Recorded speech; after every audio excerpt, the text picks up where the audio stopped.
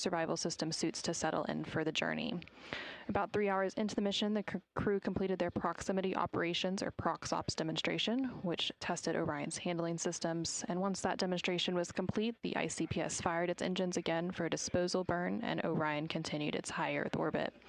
Now, the Artemis II crew is currently asleep aboard the Orion spacecraft. They began their sleep shift about 3 hours ago and have about 1 hour remaining. Today's sleep shift is split due to the upcoming perigee raise burn, which is scheduled to take place about 2 hours and 7 minutes from now. This burn will adjust Orion's perigee, or the lowest point of its orbit, into the correct orbital geometry to set it up for its translunar injection, or TLI, burn planned for Flight Day 2. And with that, let's go ahead and take a look at the highlights from launch day through the recent PROXOPS demonstration.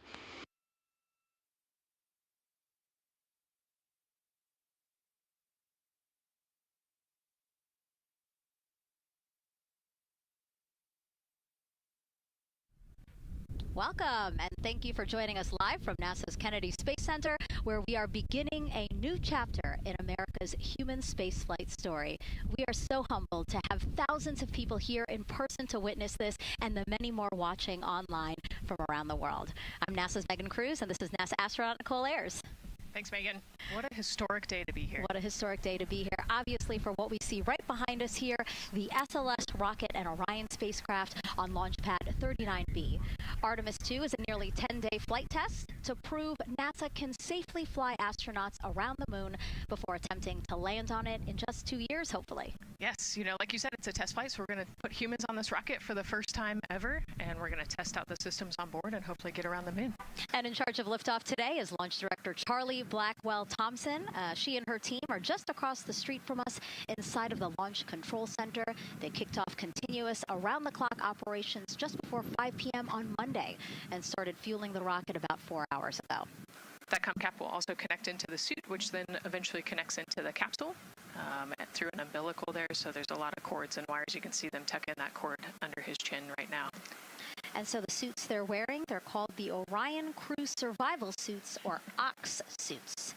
And so they're worn for launch and reentry or during high-risk or emergency situations. And welcome into Firing Room 1, a historic firing room here at the Kennedy Space Center in Florida. It's a pleasure and an honor to be here reporting what's happening as we lead up to countdown and liftoff of Artemis II. So far, looking pretty good. You see the rocket out there on the pad. It is launch day, and we just got that crew weather brief that you were talking about from Launch Director Charlie Blackwell-Thompson to the crew. It looks like a countdown at this point is in good shape, and that's great news. Fueling continues to track well. We just reached all stages replenished. Now, Reed Weissman is a Baltimore native. He's been in space once before as flight engineer for Expedition 41 aboard the International Space Station from May through November 2014. And so now here we are, pilot Victor Glover. NASA selected the California native as an astronaut in 2013. At the time, he was actually serving as a legislative fellow in the United States Senate. His first trip to space was in November 2020 when he launched as pilot of NASA's SpaceX Crew 1 mission. That was the first operational mission of NASA's Commercial Crew program. And so it looks like Christina here has completed her suit leak checks as well, her communication checks too. Yep, they've already got her gloves off. They're getting ready to kind of hang out and relax a little bit, I think, before they walk out.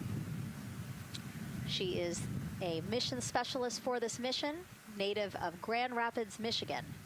Was selected to the Astronaut Corps in 2013, so actually same class as Victor. And last but not least, first-time flyer, Canadian Space Agency astronaut Jeremy Hansen will fly to the moon as a mission specialist on the Artemis II mission. The London, Ontario native was selected as an astronaut in 2009. After that, he worked as Capcom at NASA's Mission Control Center in Houston.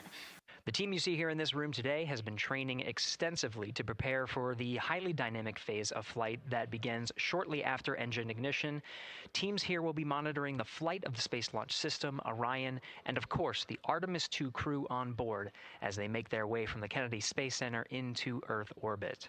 Yes, a pre-flight tradition that we have seen with our crewed flights and our astronauts, the card game, Nicole.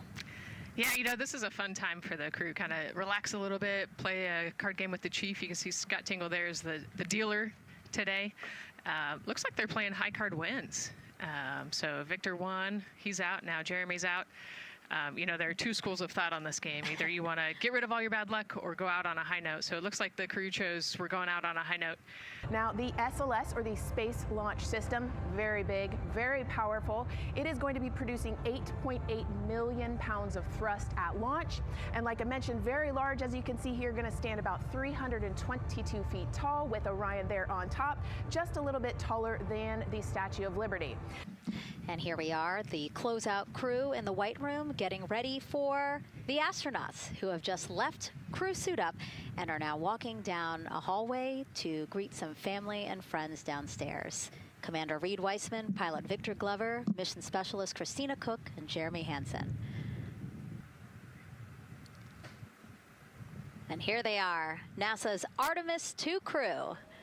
Commander Reed Weissman, Pilot Victor Glover, and Mission Specialist Christina Cook and Jeremy Hansen taking their first steps outside for their historic test flight.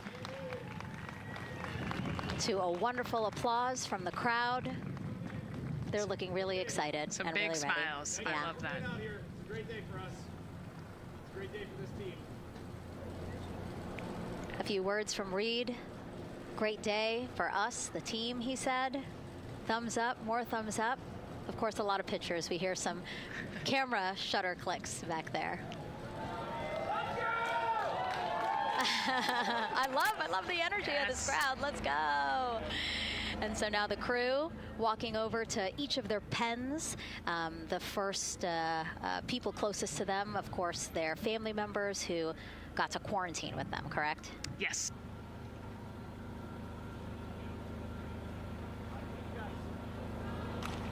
You heard Reed there saying thank you guys as the crowd picks up again with their applause and the four of them step into their astrovan.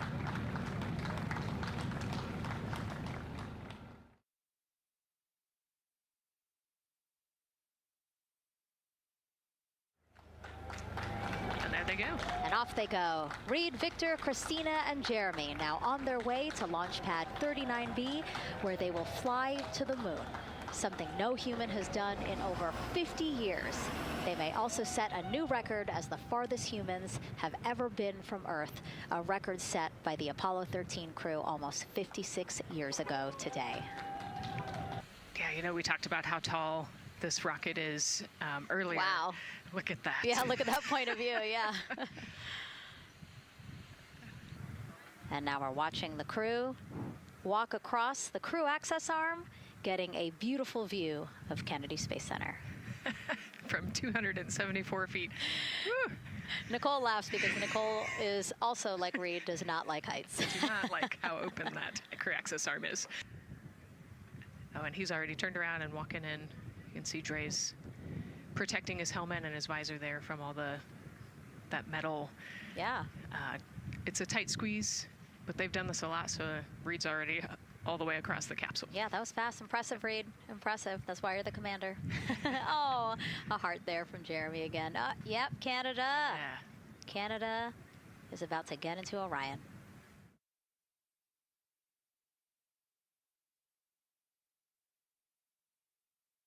This is a camera shot of behind Reed's head. So Reed, while Andre is buckling him in, that's a 5-point harness, Reed was configuring his control panel. Yeah, the displays. We're getting the displays ready so that they can monitor all of the systems and monitor the launch as they go. Christina there signing the wall. That they're working there. And there's a heart from Christina Cook. Great to see that as she gets ready to get into the Orion spacecraft, one that they named Integrity. It certainly fits this crew from what I've observed. Drag on camera, like we were saying, that kind of moves around, so sometimes it's hard to show that, so there you have it. You can see that the closeout crew has closed the side hatch.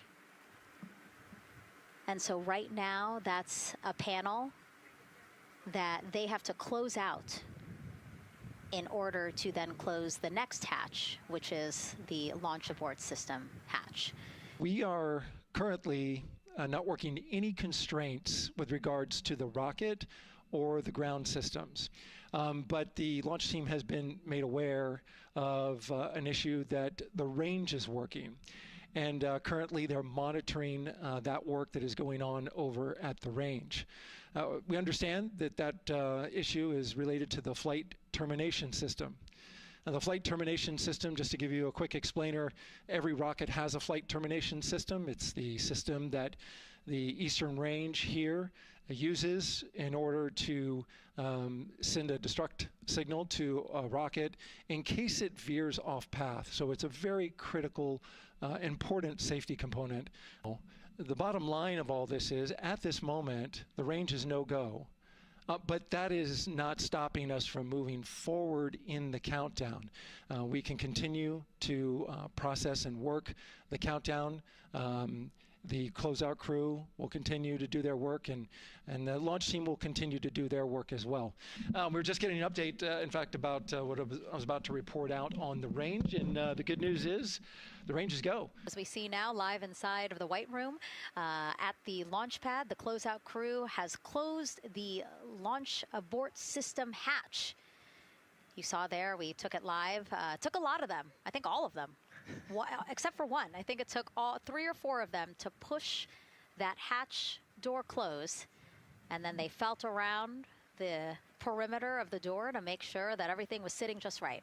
We currently are hearing the launch team is working an issue that was reported out with the LAS. At least there's an issue apparently with a battery on the LAS. The engineer who is in charge of the launch abort system sits on console here, reported that a temperature for one of the 2 LAS batteries is out of range. And although it's not a constraint for launch right now, it would be when that temperature is checked inside of T-minus 6 minutes, which is inside of terminal count. So right now the team is working some troubleshooting on this issue. Going to follow, of course, along closely with what they learn. But again, a battery temp for one of the 2 batteries on the LAS is out of spec, and the team is working to understand, first of all, whether or not this may be a sensor issue, or is there an issue with the battery itself. We're one big NASA team, one big NASA family, and we have one major message before we launch tonight. Okay, guys, what are we going to say? 1, 2, 3. Go Army!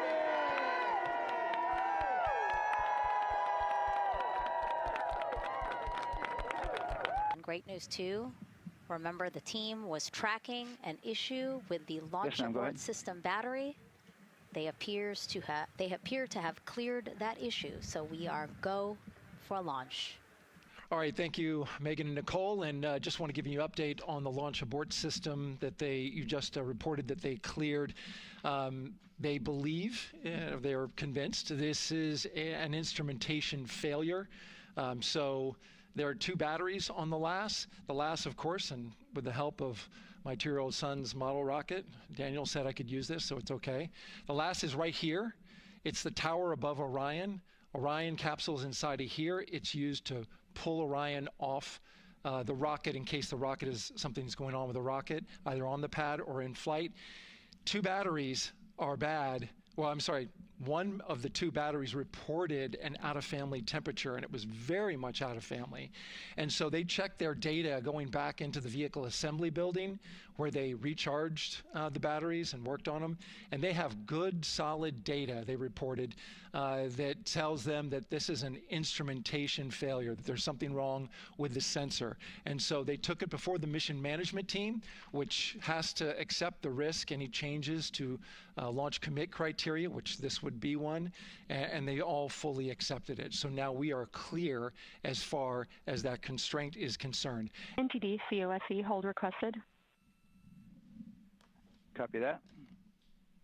I have an LCC violation of O-CT-004 S-band transponder anomaly. This was a transient LCC violation, so transponder 1 had a demodulated SNR estimate that went down to 2 dBm when it should have been between 10 and 13. It is now back up to 12, but we did lose that for just a moment.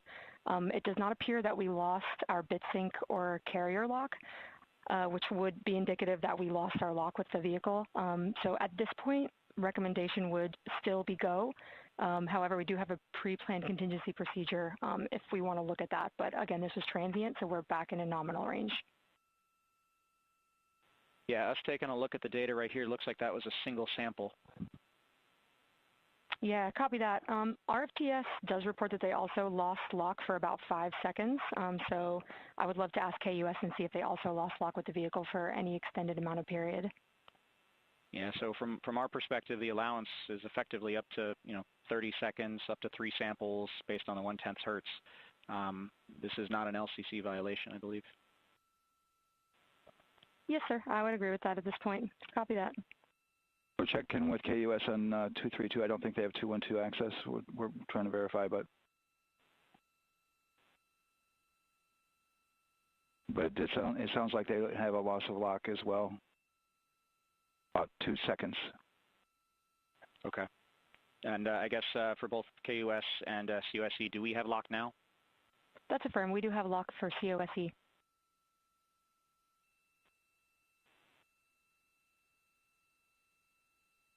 Yeah, so from the integration console perspective, we did have a temporary loss there within the allowable, and per the requirement, let's go. This is Houston Flight. We have lock and we have good telemetry here in GSE. And KUS has reported too, they have good lock now. So with all of that, OSC, then are we in a go configuration per your LCC? Yes, sir. Recommendation would be go. Okay. LP, you concur with that? Yes, sir. LP concurs go. And Launch Director? Yes, sir. Launch Director concurs go. All right. And for all personnel, this is the NTD conducting the Artemis II launch readiness check. Verify ready to resume count and go for launch. OTC? OTC is go. STC? STC is go. GTC? C's go. MCO? CO is go. Safety Console? The Safety Console is go. LPE? LPE's go. RTD? RTD's go. Houston Flight? Houston Flight is go. ROC? ROC is go. And CDR? Crew is go. Copy that. Thank you, Reed. And Launch Director NTD, our launch team is ready to proceed at this time. All right, NTD, I copy all. At this time, I'll perform my poll. Attention on the net. This is the Launch Director performing the final poll for launch. Verify no constraints and go for launch. EGS, Program Chief Engineer. Artemis Chief Engineers are go. Copy, thank you. EGS, Chief Safety Officer. The Artemis CSOs are go. Copy, thank you. Range weather. Launch weather is go. Thank you, LWO. And Artemis MMT Chair. MMTs go. Thank you, John. And Integrity Launch Director. Good to hear your voice, Charlie. PLT. Thank you, Charlie. This is Victor. We are going for our families. MS1. This is Christina. We are going for our teammates. MS2. This is Jeremy. We are going for all humanity. All right, Charlie, your Artemis II crew is go for launch. Full send. I copy that. Reed, Victor, Christina, and Jeremy. On this historic mission, you take with you the heart of this Artemis team, the daring spirit of the American people and our partners across the globe, and the hopes and dreams of a new generation. Good luck. Godspeed, Artemis II. Let's go. Sir, you have a go to proceed with countdown. Copy that. I'll put it in work. CDR NTD. Go. Figure risers and initiate short purge per your EPROC 10.1.1, steps 8 and 9. 10.1.1, 8 and 9 going to work. Copy. CVSE NTD, start and verify recordings of our Orion cameras. You heard an issue, worked in real time with telemetry lock on the Orion. It was transitory, it was very short. They checked the data, confirmed that they had a good lock. This was with the S-band transmitter on the Orion. Worked through that issue, looked at the data, and cleared it. All with the world watching. All right, and we're clear from cutouts. And with that, we're going to resume the clock momentarily. And CGLS, you can resume the clock on your mark. GLS copies. 3, 2, 1, mark. GLS mainline has been initiated. T-minus 10 minutes and counting.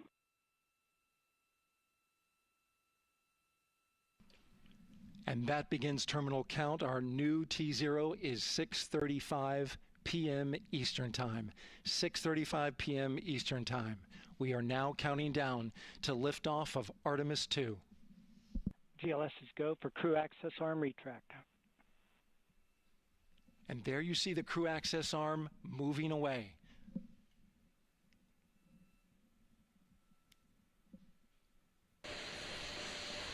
GLS is go for area left.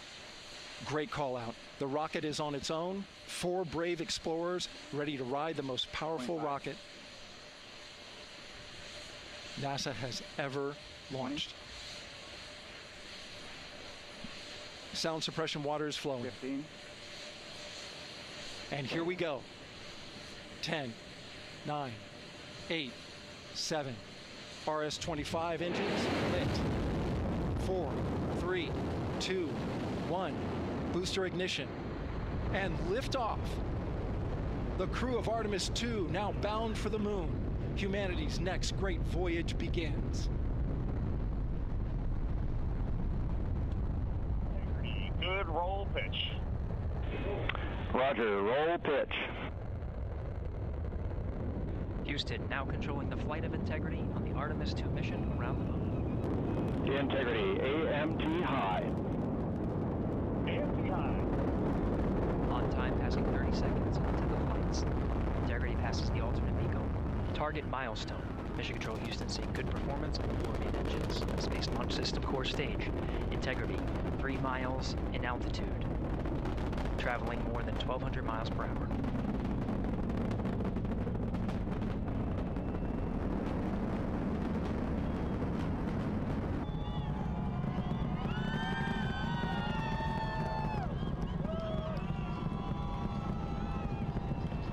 Mission elapsed time, passing 1 minute, approaching max Q. On, Ponce de Leon. Stan, we have you loud and clear on Ponce de Leon. Have you the same. Communication signal transfer confirmed as Integrity and its crew go supersonic.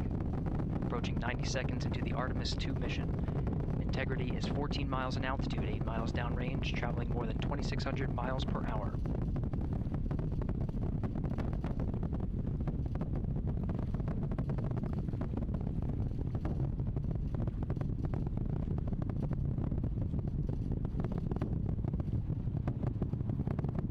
Minute 50 seconds of mission elapsed time, standing by for main engine throttle down to 85%, ahead of solid rocket booster separation expected at the 2-minute 9-second mark.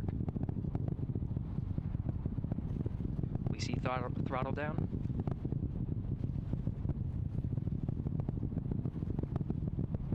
Confirmed separation. Main engines throttling up, guidance converged.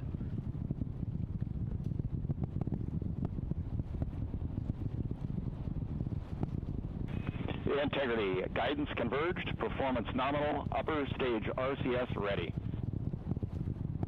Copy all, Stan. Integrity, SM priming complete. SM priming complete. 3 minutes into the flight. Integrity, 49 miles in altitude, 78 miles downrange, now passing 5,000 miles per hour.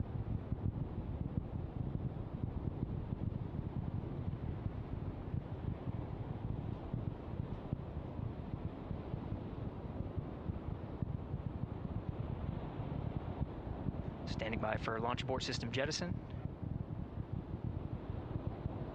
Houston integrity, good last jettison, great view. We see the same on board, Stan. And Houston has you loud and clear on TDRS at the Carmen line.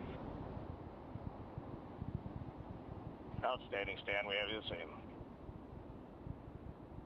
3 minutes, 50 seconds into the flight of Artemis II. Wiseman, Glover, Cook, and Hansen cross the boundary to space with good comm checks.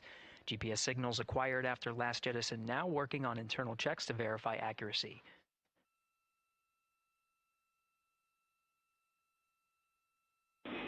Integrity, GPS processing. Outstanding, Stan. We see the same, and we have a beautiful moonrise. We're headed right at it.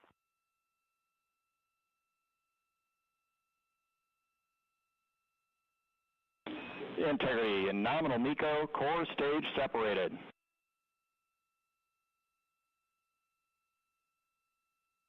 We see the same on board, Stan.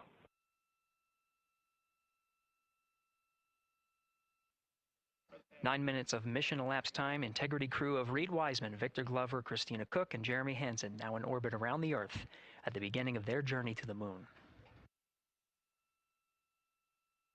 This is Mission Control Houston, 25 minutes, 45 seconds into the flight of Artemis II. We have confirmation that all 4 solar array wings are deployed and latched. This is the configuration needed to switch to ATO preferred, which you did hear confirmed from pilot Victor Glover. That mode has been switched. Now getting our first views from one of the solar array wing cameras over the tracking and data relay satellites. We are in a night pass as we are about a little more than 1,300 statute miles above the Earth, just east off the coast of Madagascar.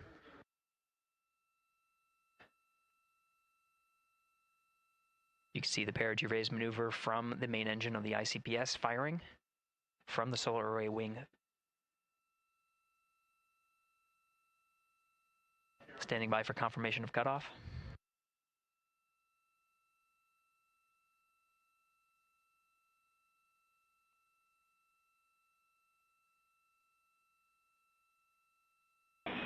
Integrity, good PRM, and 1 minute to TDRS handover. And with the regain of comm, we're starting to get some views aboard the Orion spacecraft. Integrity Houston, voice check on TDRS.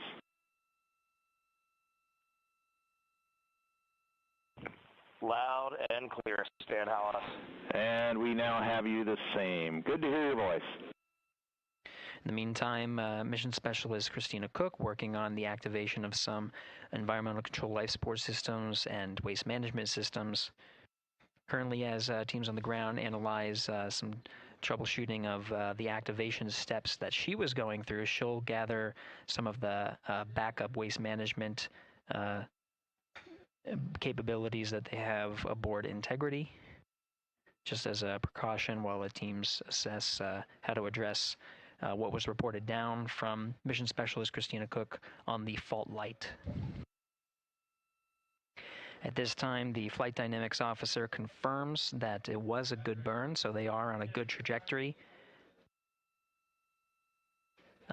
for staying in high Earth orbit for the remainder of this flight day and into next. The high Earth orbit puts them into a 43,730 by 0 statute mile orbit, which orbits the Earth approximately once a day. It's a 23.5-hour orbit.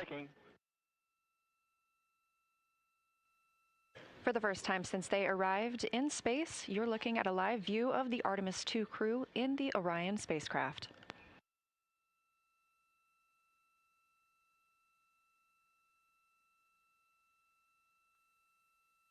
All right, Amy, welcome on board the Integrity spacecraft. We got, right now, myself and Christina are in seats 1 and 2, getting ready for rendezvous and prox ops demonstration. Victor's just finishing up getting out of suits and getting suit drying going, and Jeremy is hard at work in cabin configuration. It was an amazing ride uphill. The views, we've got 2 moon rises that we've had so far, and the views of planet Earth.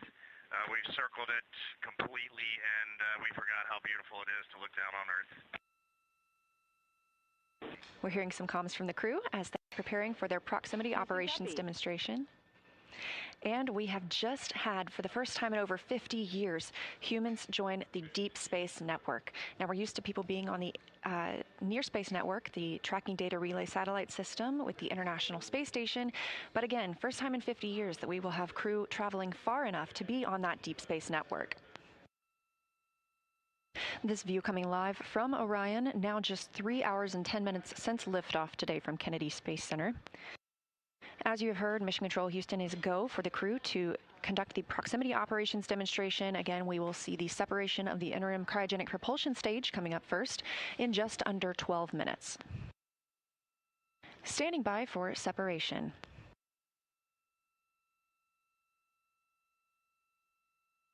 Yeah, we have good separation, good motion. We are ATP go. Confirmation, separation from the interim cryogenic propulsion stage. Good motion. Go for 180 pitch, confirmed. Separation confirmed, Houston. Houston copies. All right, here comes the pitch rate.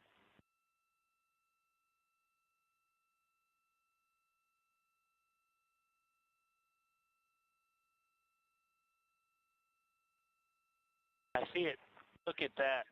Woohoo! This view inside Orion. I see the moon in the camera, and now I see ICPS in the docking camera field of view. Okay, waiting for 550. I'm on the THC. There's 550, starting the 19N. 1. This is the view from 5, 9, and this is the view arrow. The docking camera is showing the crew inside Orion. 19 ends. Much quieter. Got a little rumble like we're driving on a rocky road, but much quieter than in the sim. I'm showing about 3 degrees wide on ICPS.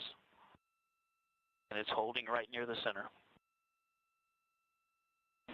Integrity, no action for you on that enable prop caution. No action. Bit of ICPS. Did you see that photo off the screen on camera view? 0.8 degrees wide. Quite large. All right, I'm going to course. 0.9 degrees. 1 degree wide. Here comes 6 outs. 1, 2, 3, 8 down pulses. Great view of the ICPS that powered Orion during the perigee raise maneuver and apogee raise burn. 4, 5, 8. I can see the side docking target. That is a good looking American flag. Wow.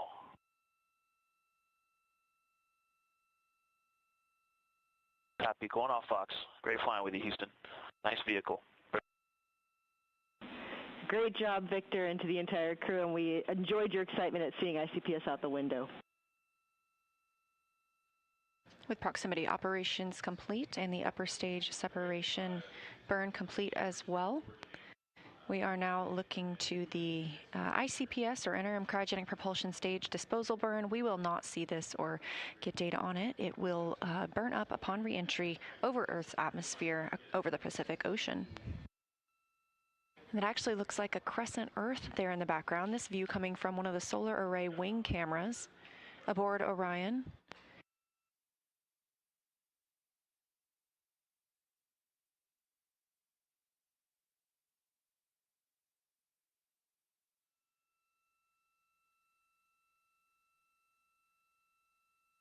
And this is Mission Control Houston, live from the Artemis Flight Control Room. We are now about 11 hours and 58 minutes into the Artemis 2 mission, following a launch yesterday, April 1st, at 5:35 p.m. Central, 6:35 p.m. Eastern. And there you are seeing a live view outside the Orion spacecraft from one of its solar array wing or SAW cameras. And you can see the Earth in the background with a bit of an eclipse there.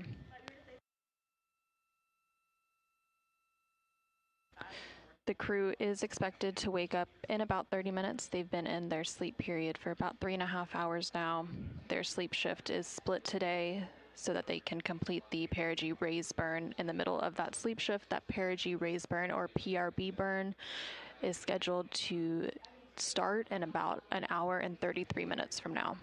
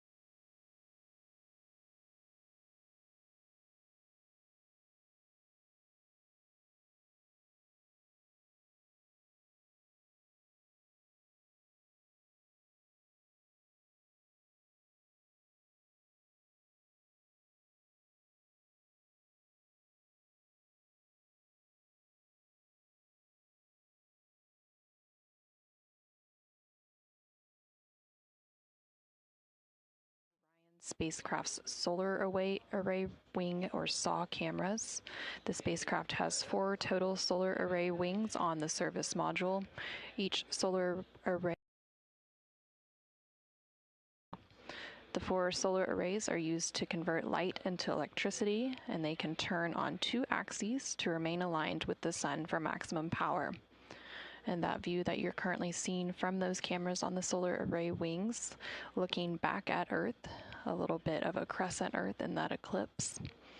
Currently on board the Orion spacecraft, which is named Integrity, is the Artemis II crew. The Artemis II crew is comprised of NASA astronaut and commander Reed Wiseman, NASA astronaut and pilot Victor Glover, and then the mission specialists are NASA astronaut Christina Cook and Canadian Space Agency, or CSA astronaut Jeremy Hansen. Artemis II is NASA's first crewed test flight in the Artemis program, and that quad of 4 astronauts make up the crew aboard the Orion spacecraft. That crew has been asleep for a little over 3.5 hours now, and they will be woken up in about 15 minutes or so to then prepare for the perigee raise burn, or PRB operations.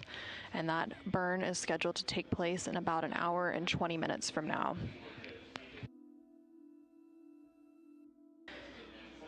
The Orion spacecraft lifted off atop the SLS, or Space Launch System rocket, from NASA's Kennedy Space Center in Florida yesterday, April 1st at 5:35 p.m. Central, 6:35 p.m. Eastern.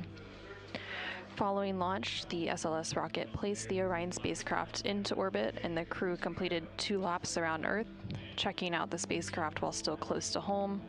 Orion then entered a high Earth orbit and separated from the Interim Cryogenic Propulsion Stage, or ICPS, and completed the proximity operations demonstration by practicing maneuvers that will be essential for future docking in lunar orbit.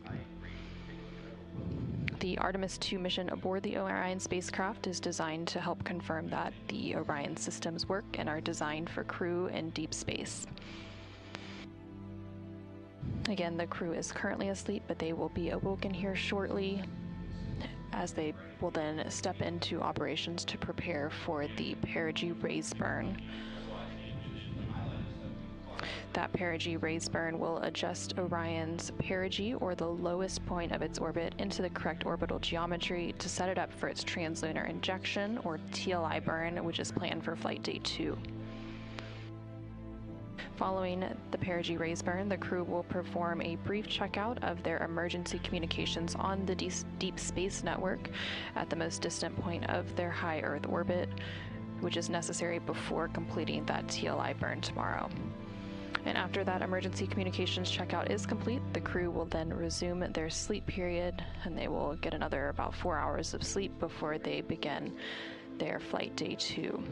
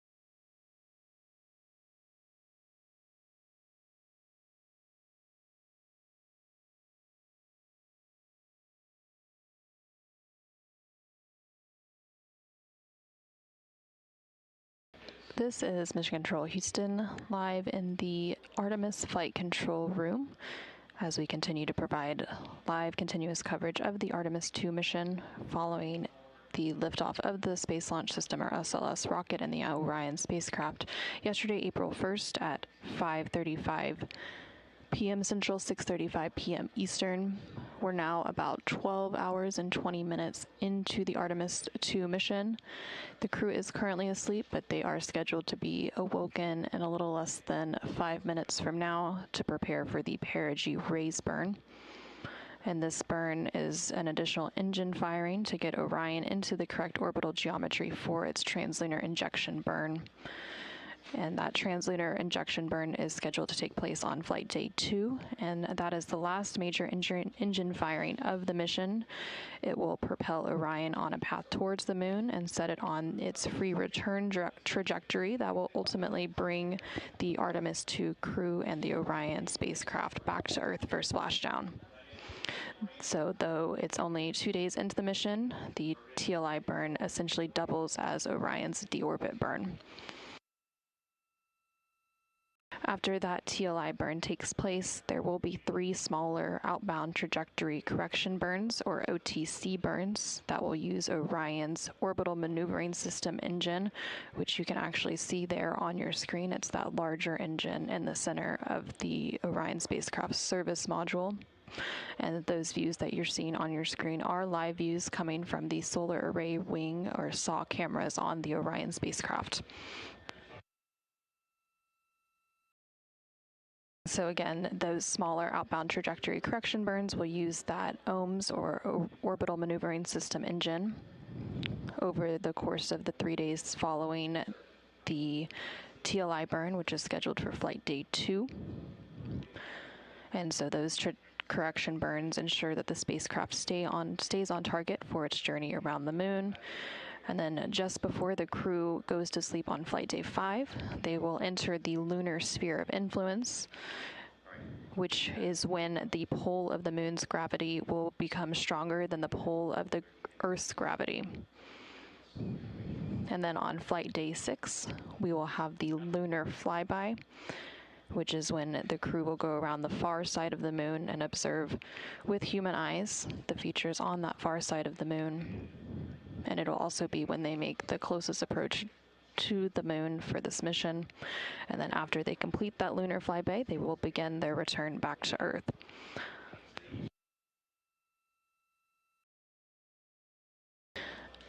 Again, we are standing by for that crew wake a couple minutes from now, so that they can then begin preparing for that perigee raise burn. That perigee raise burn is scheduled to take place in about an hour and 9 minutes from now.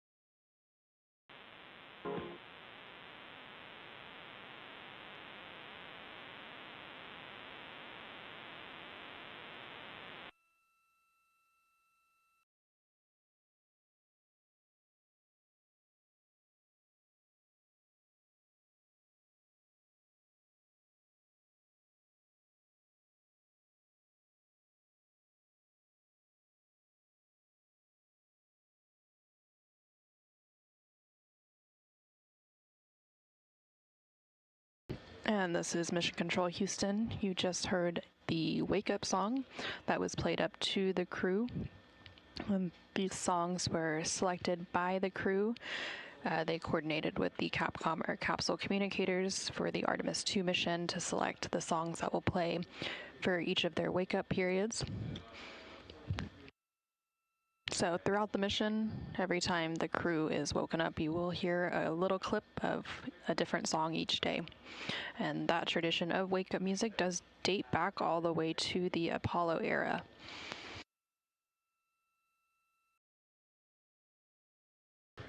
Now that the crew is awake, they are going to step into a brief post-sleep period. And then they will begin preparing for the perigee raise burn, or PRB burn. That burn is scheduled to take place in just under an hour from now, about 59 minutes until that burn ignition start.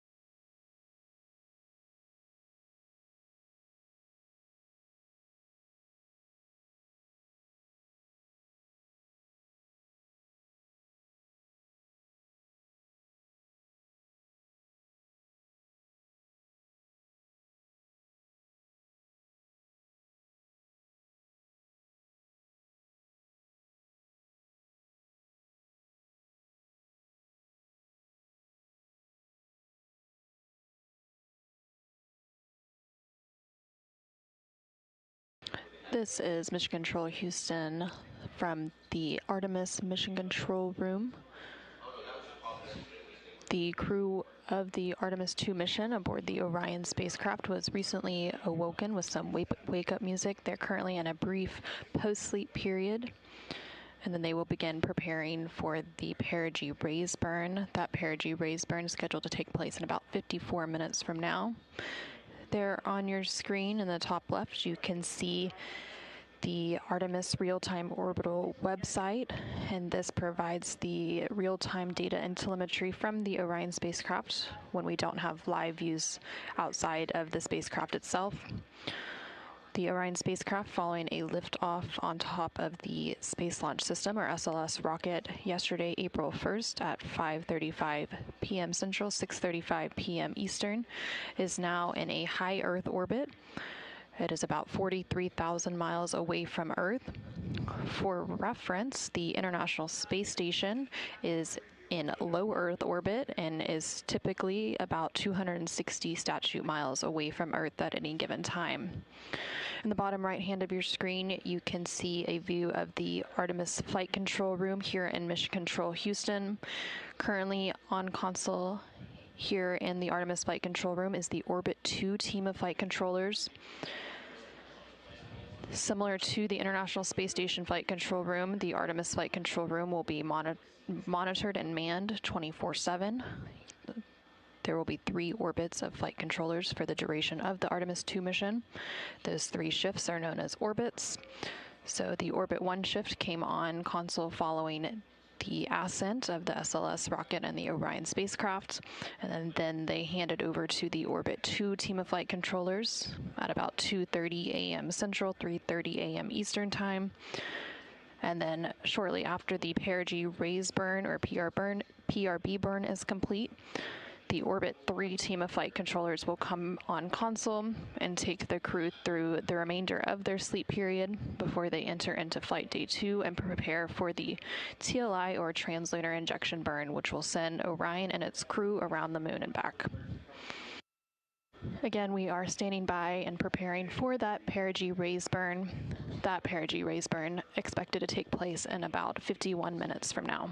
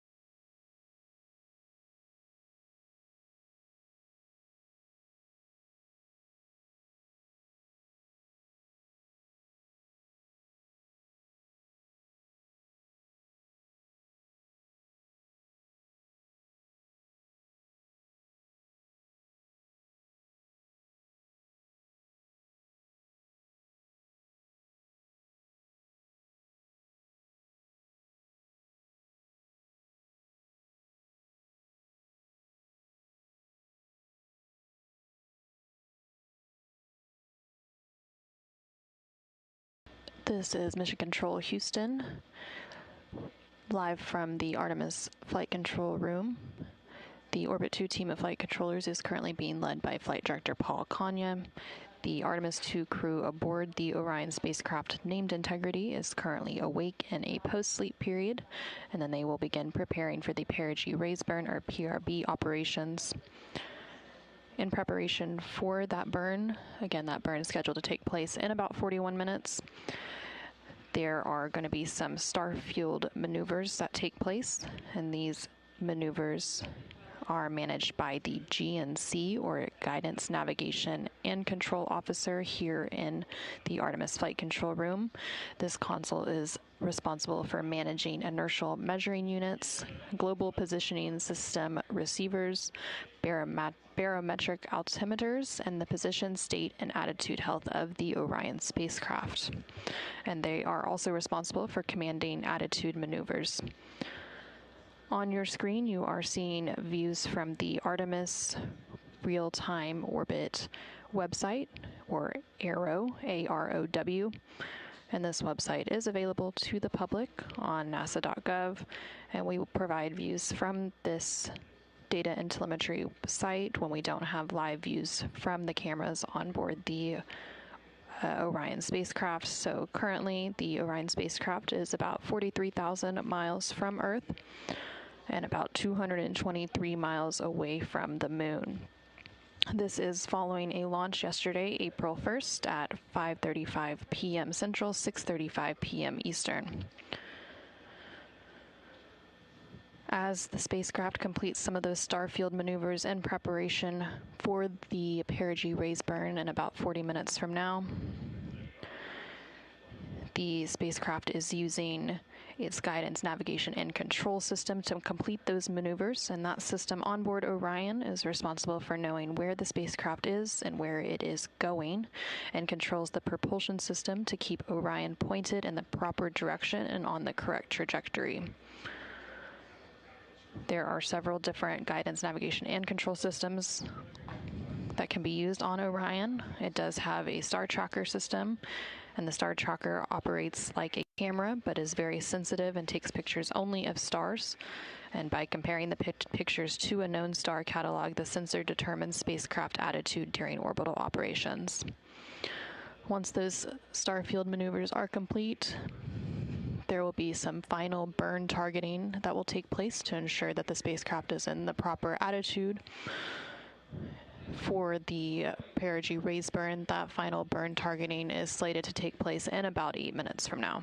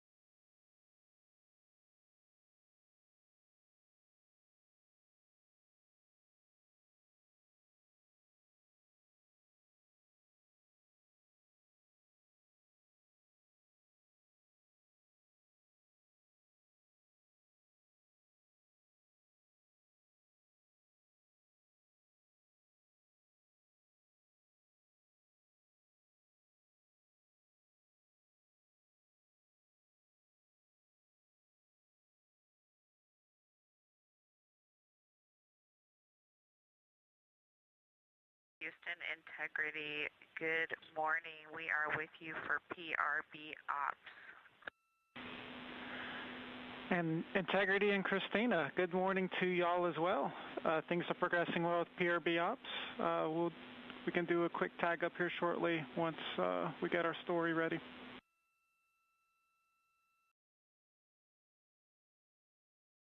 Sounds good. In the meantime, none of us have a PRB burn pad. Is that expected?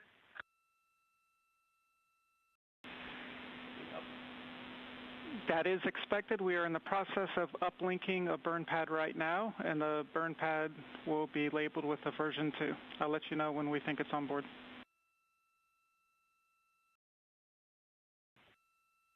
Copy.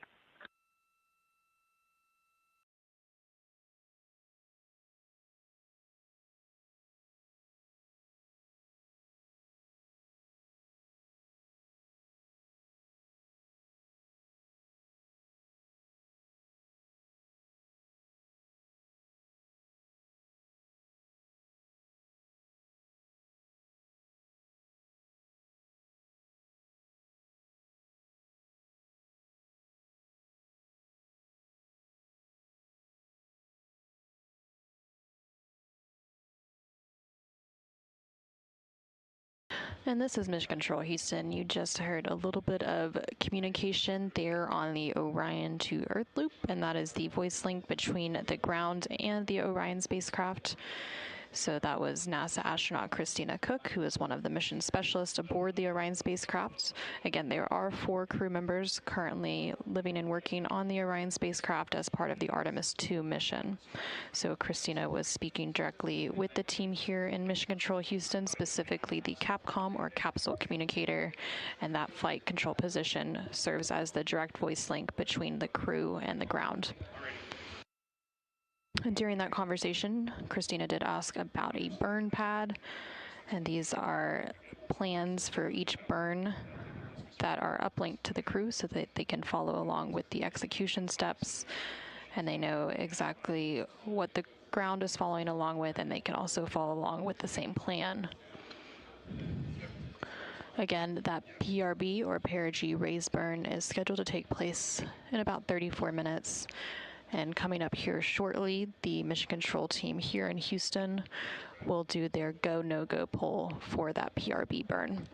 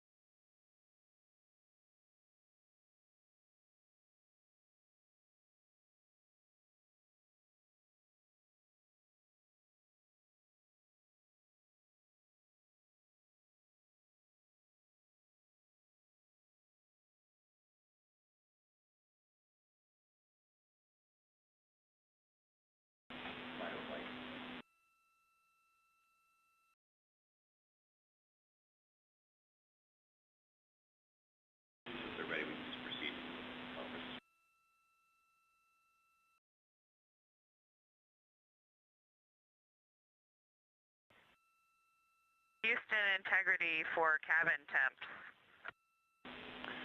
Hey, go ahead, Christina.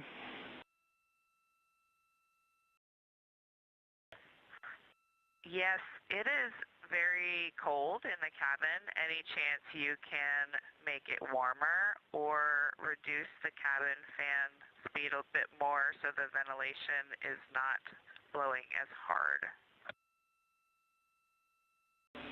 Checking.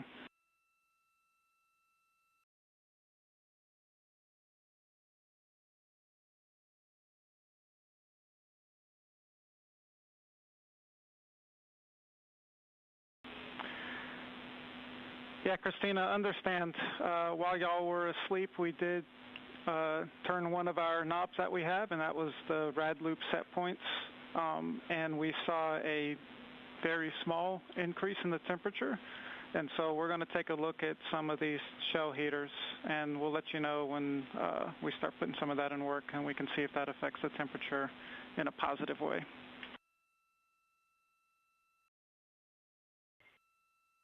Thank you, Mike.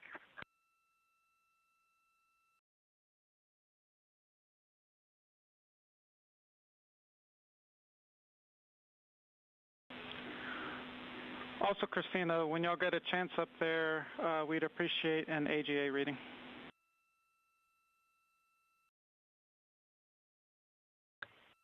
Copy. We'll get on that now. Speaking of post-sleep duties, we did check the avatar lights. It was 8 LEDs on in the top row, 7 in the bottom. Integrity, Huntsville on Orion to Earth 1, we copy for Avatar. That's a good config. Thanks.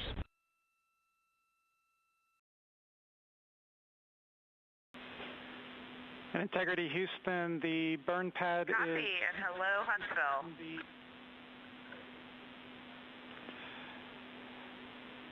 The burn pad is now available on the PCDs. Should be version 2. And we'll be ready for a conference whenever you are.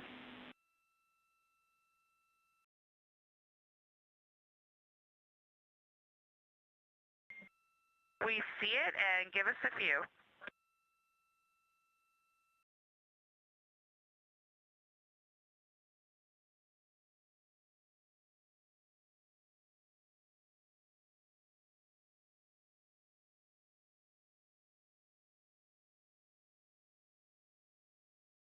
This is Mission Control Houston, and you just heard quite a bit of communication between NASA astronaut Christina Cook on board the Orion spacecraft and the Capcom or capsule communicator here in Mission Control Houston. You also heard a little bit of communication with one of the flight controllers at the Huntsville Mission Control Center, and that is in Huntsville, Alabama.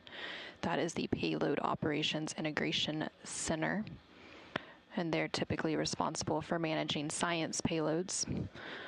They were talking briefly about the Avatar, and that is a science investigation that is flying as part of the Artemis 2 mission.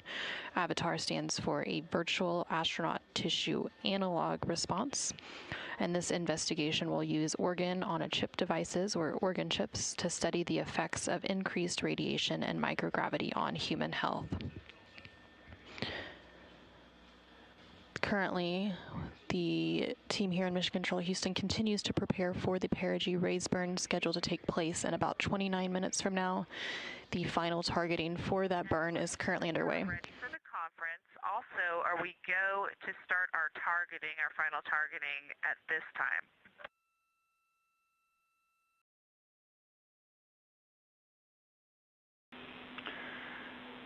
Hi, Christina. For final targeting, that has just been completed. We had it automated on board. We're taking a look at the results, and the results are good. As for the burn conference, I have no comments for y'all. You do see the yellows on the burn pad, but that was just a delta from version 1, which y'all don't have, so you can disregard the color coding.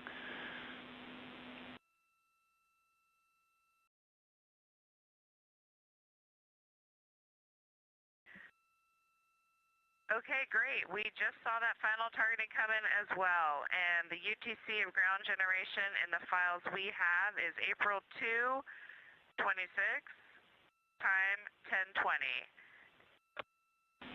That's the correct version.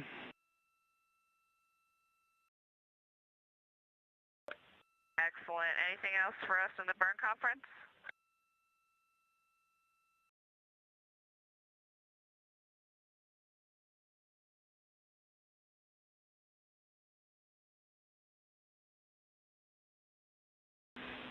And nothing else from us, Christina.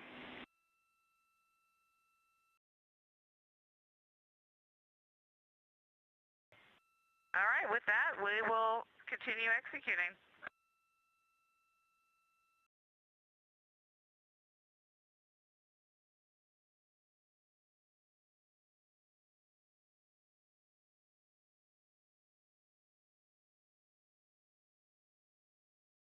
And this is Mission Control Houston. That conversation there, again, between NASA astronaut Christina Cook and the Capcom or capsule communicator here in Mission Control Houston inside the Artemis flight control room.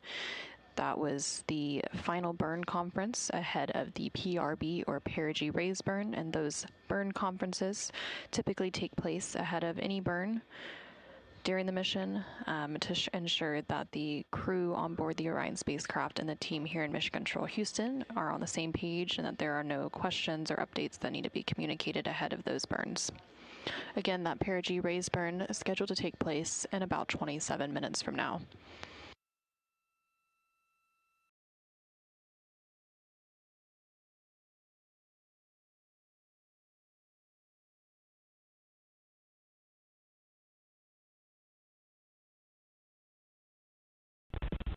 Integrity, Huntsville on Orion to Earth 1 for Avatar.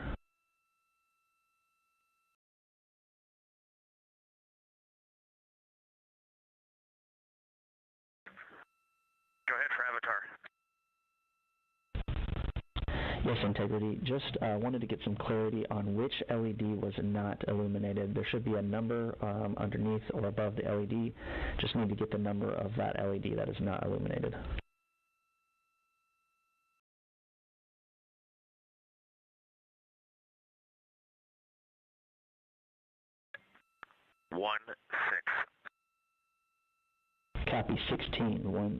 Copy 1616. Thank you. Affirmative, thank you.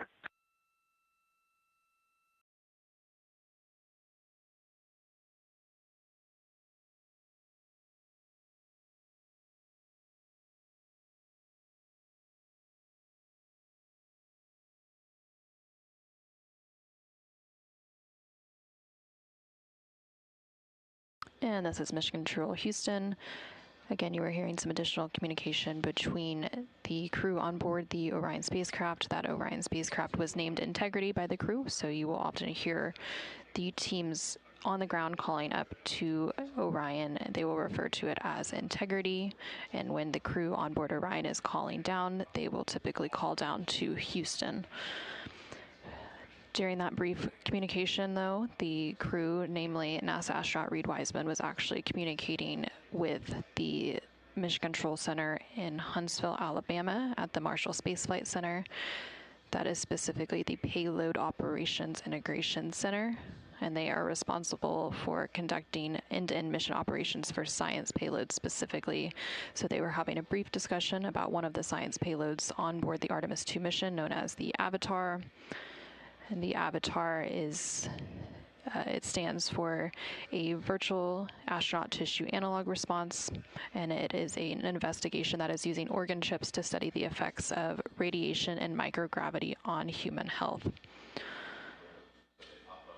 This specific study could provide valuable information for developing measures to protect astronaut health on their journeys, such as personalized medical kits. Again, the crew and the team here in Mission Control Houston continue to prepare for the upcoming perigee raise burn. That perigee raise burn is scheduled to take place in about 23 minutes.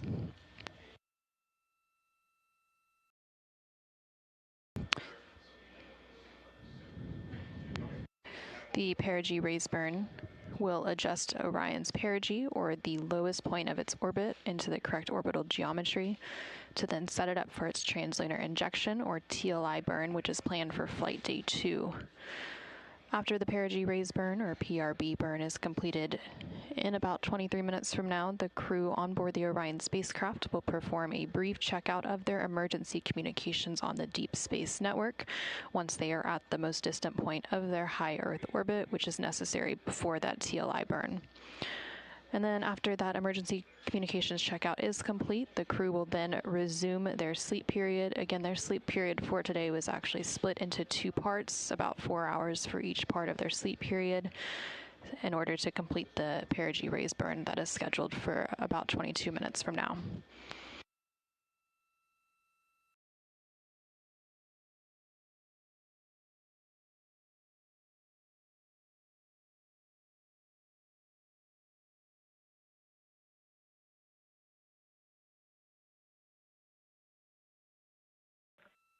Houston, Integrity for burn, pad, and plan deltas.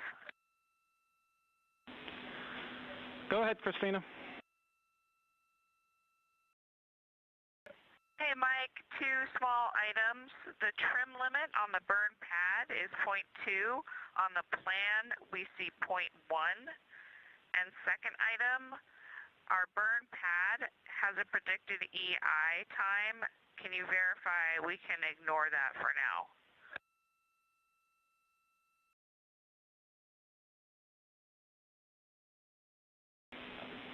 All right, Christina, you can ignore the EI time. We're checking on the term.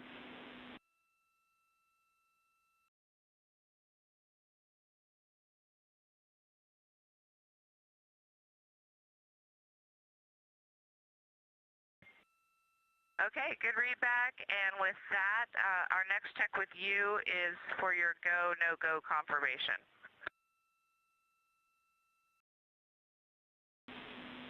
And Christina, Houston is go for the burn. Integrity copies.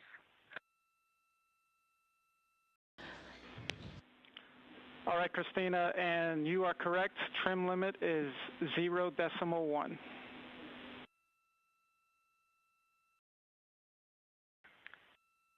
thank you.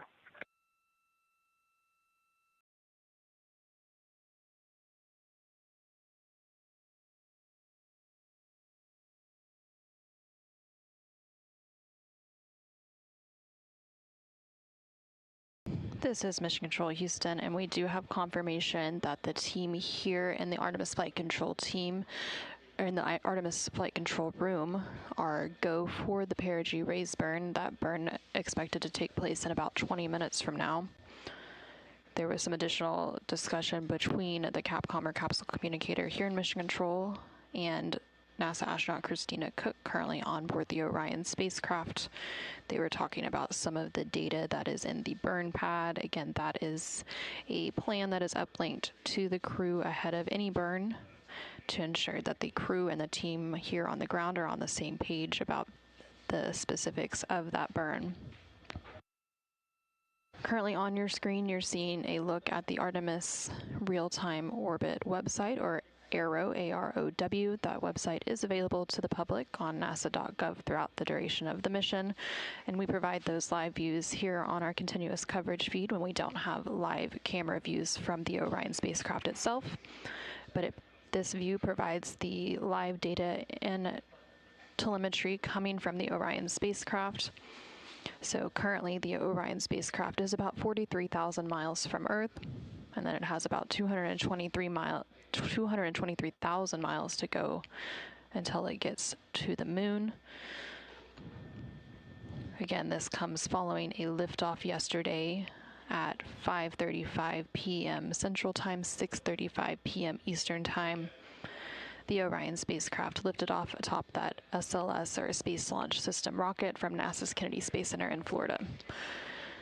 Since that liftoff, about 13 hours and 14 minutes ago, the crew has completed a proximity operations, or ProxOps demonstration, after the ICPS, or interim cryogenic propulsion system, separated from the Orion spacecraft. The crew on board the Orion spacecraft used the ICPS as a docking target to practice those manual maneuvers. And then a little bit after that was completed, the crew did enter their sleep period. Again, about a 4-hour sleep period before they were awoken about 45 minutes ago to complete the perigee raise burn operations coming up here shortly.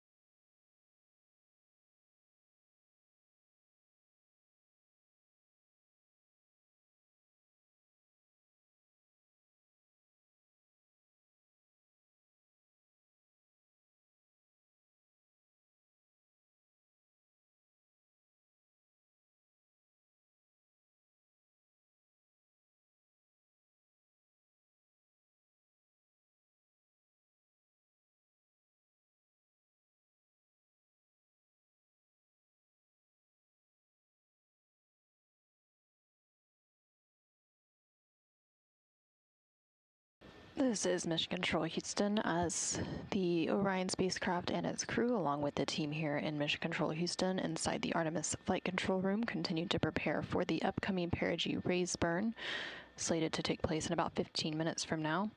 The solar array wings on the Orion spacecraft, or the SAW, are now in position for that burn. The Orion spacecraft has 4 total solar array wings on the service module. Each solar array is made of 3 panels, and the length of each wing is nearly 23 feet long, or about 7 meters long. These 4 solar arrays are used to convert light into electricity, and they can turn on 2 axes to remain aligned with the sun for maximum power.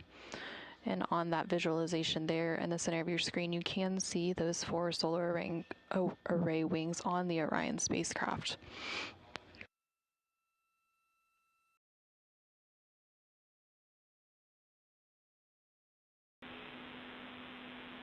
Integrity Houston, the solar arrays are in position for the burn.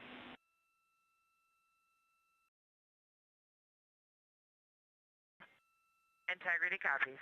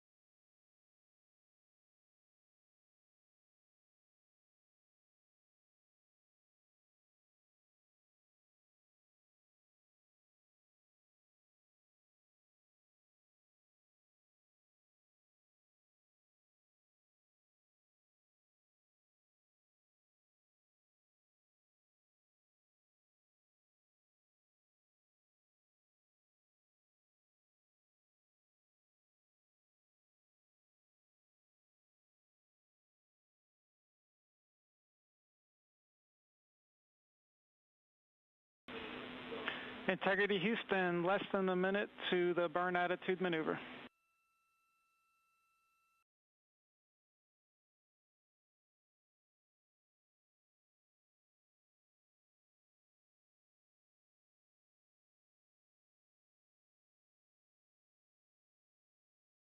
Okay, we copy that. And good morning, Jeremy, and also the tank pressures are good for the burn.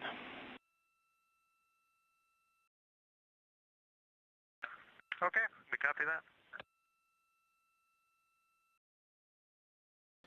This is Mission Control Houston, again hearing some continued communication from the crew on board the Orion spacecraft.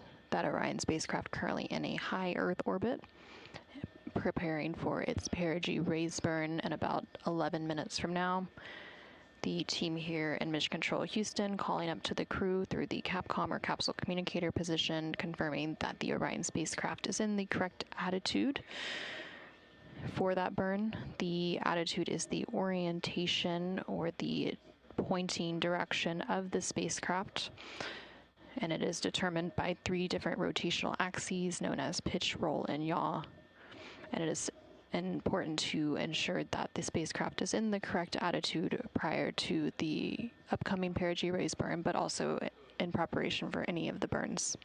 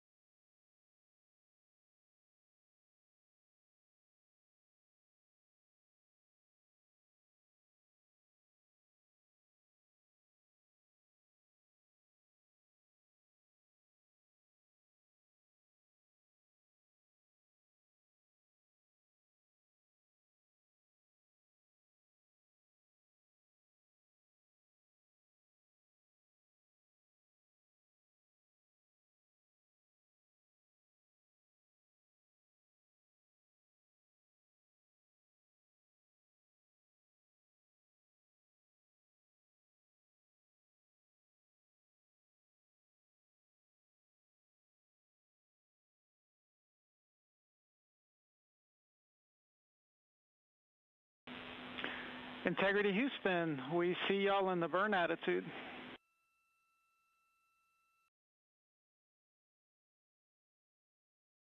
We see the same.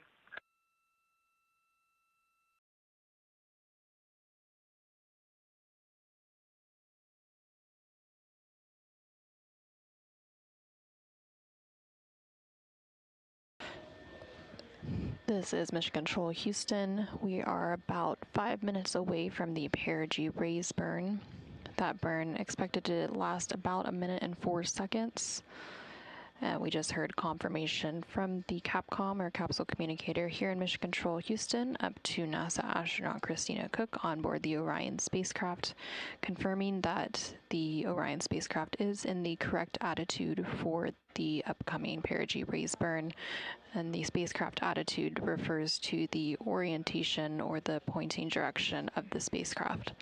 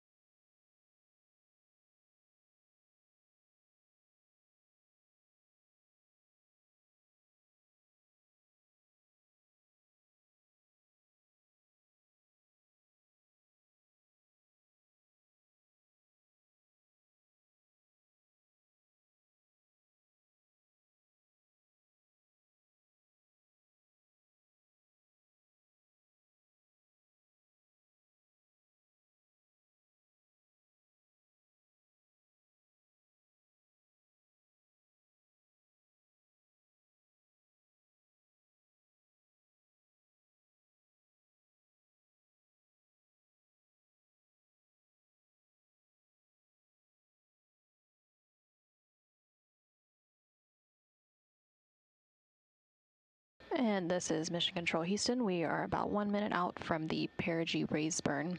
Again, that burn expected to last about 1 minute, and that burn will raise the perigee, or the highest point of Orion's orbit.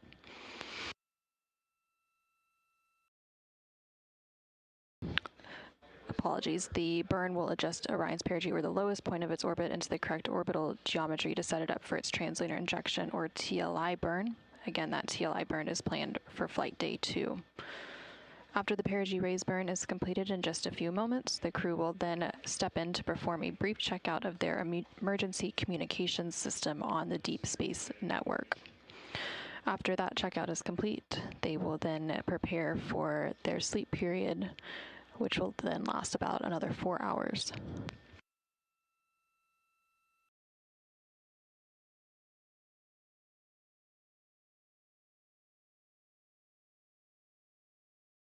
And that perigee raise burn is now underway.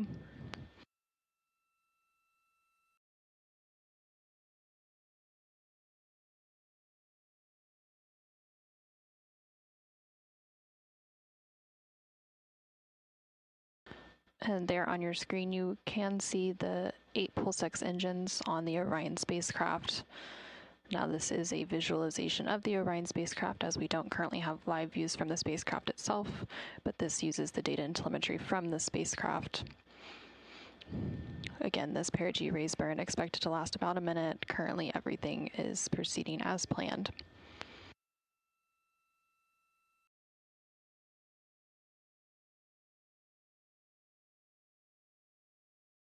And we do have confirmation that that burn is complete. It was a good burn. We're tracking a good burn.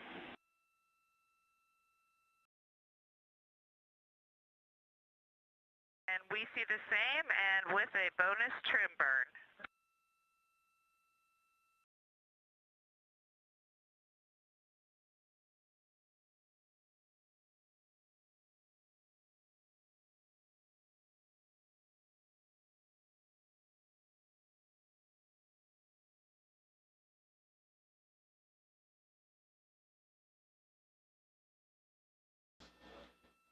And you just heard confirmation from NASA astronaut Christina Cook and the Capcom or capsule communicator here on the ground in Mission Control Houston that we did have a good perigee raise burn. That burn lasted about 50 seconds using the 8 pulsex engines on the Orion spacecraft service module.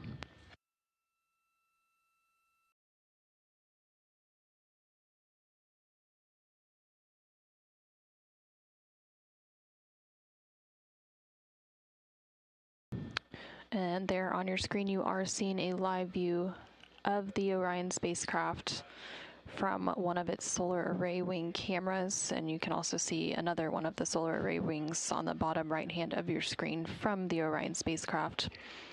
Again, this live view comes following that perigee raise burn.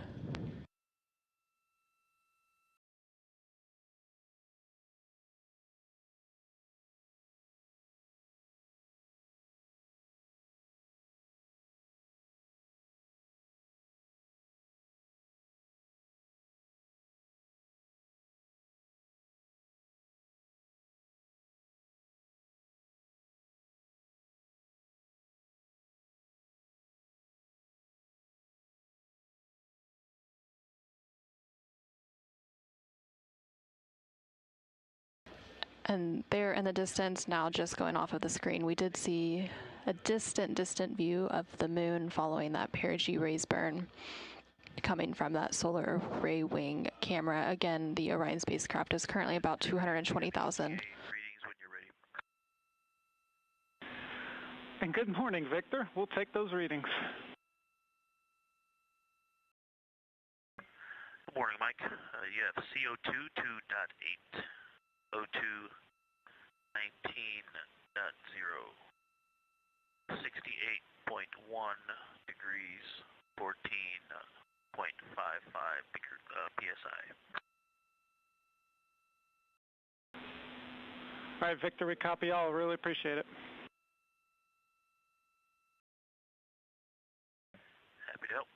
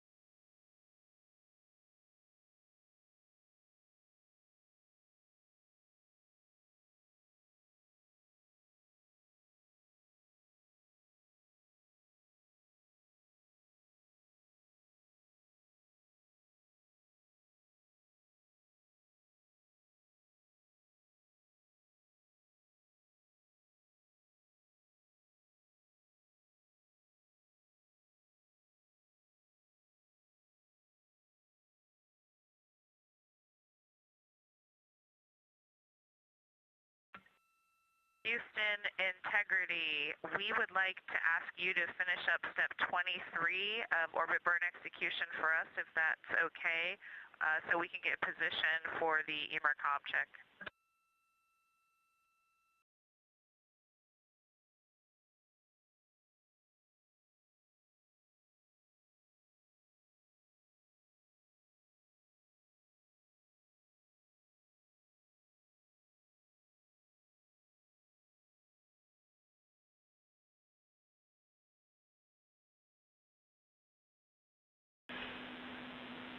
Definitely, Christina. We'll take care of the rest of 23.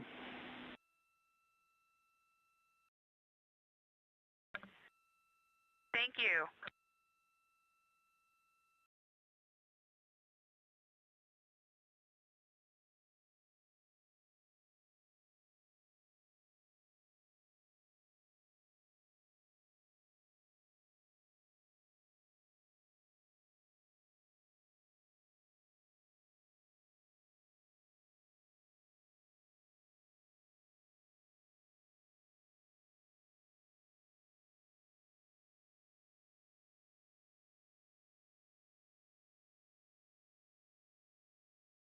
This is Mission Control Houston. Over the past few minutes, there have been various communications between the crew on board the Orion spacecraft and the team here in Mission Control Houston. One of the first calls we heard was from NASA astronaut Victor Glover, who was reporting some of the AGA, or anomaly gas analyzer readings. The AGA is a portable laser-based instrument that detects trace contaminants aboard Orion. Check out, just confirm you are handling step 1 of 21.2.8. And good morning, Reed. Yes, we are taking care of step 1, and in step 2, the antenna will be number 3.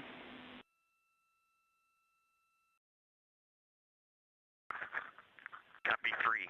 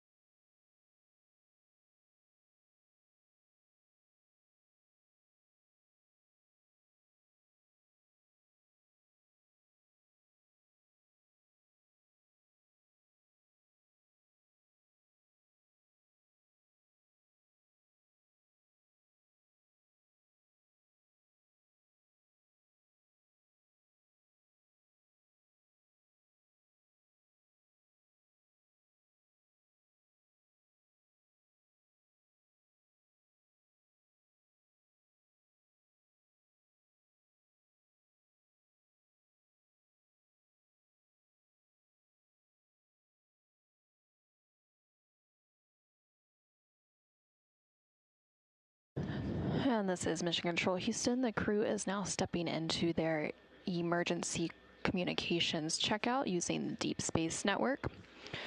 The Deep Space Network is... We're picking up in step 4 of EMERCOM checkout on antenna.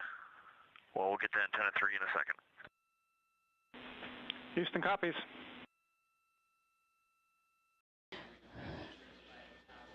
Again, this is Mission Control Houston. That communication there between NASA astronaut Reed Wiseman and the Capcom, or capsule communicator, here in Mission Control Houston, discussing the emergency communications checkout that is currently taking place.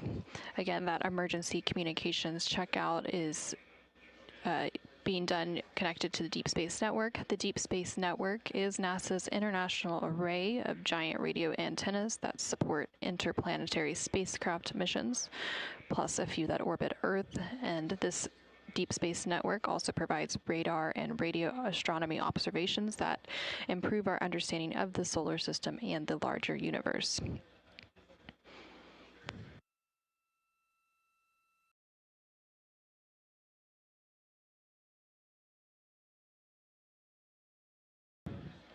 During this emergency communications checkout, the crew will perform various voice tests of the emergency communication system using the Deep Space Network.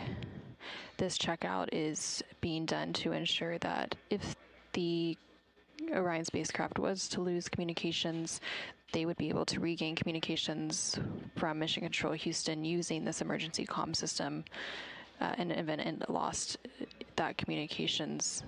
But again, that's not expected. This is just one of those checkouts that is being performed on the Orion spacecraft before that translunar injection or TLI burn slated for tomorrow. There were some additional checkouts of the spacecraft completed prior to their initial sleep period earlier today. They tested out some of the cabin configurations, the environmental control life support systems, and some of those checkouts will continue into the flight day 2 ahead of that translunar injection burn, just to ensure that the spacecraft is in a good and steady state ahead of its outbound trip to the moon.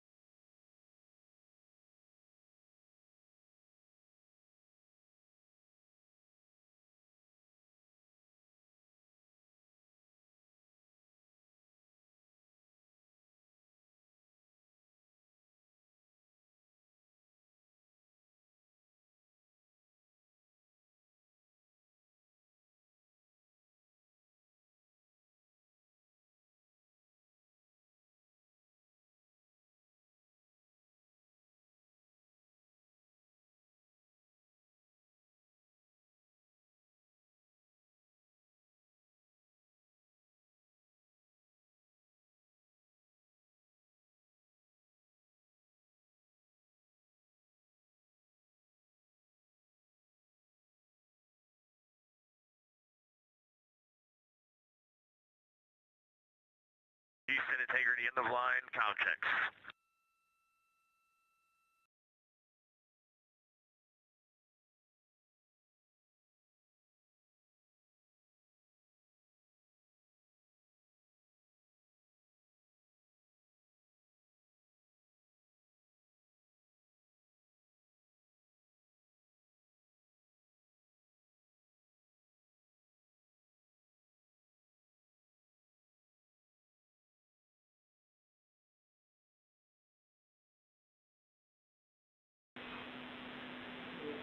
Integrity Houston, I'm calling on OE1. I heard your call down on emercom. We're still configuring uplink. I'm going to attempt to call on emercom on uplink here shortly. Okay, we are in instruction 26. Do you want us to hold here and leave emercom on? Do not execute 26.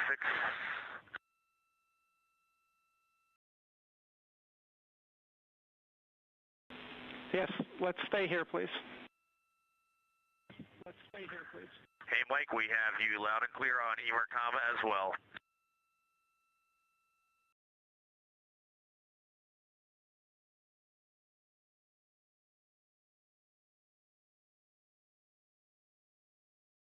This is Mission Control Houston, the crew and the team here at Mission Control Houston. Houston, we have you loud and clear.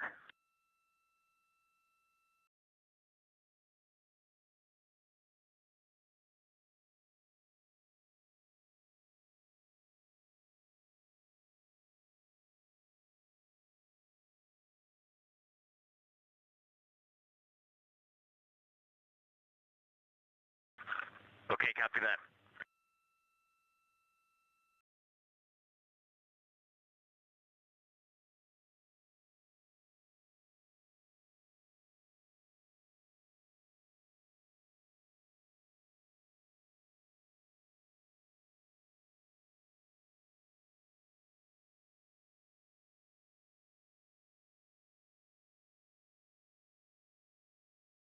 Okay, we're picking up in step 8 of emercom, powering off emergency comm radio.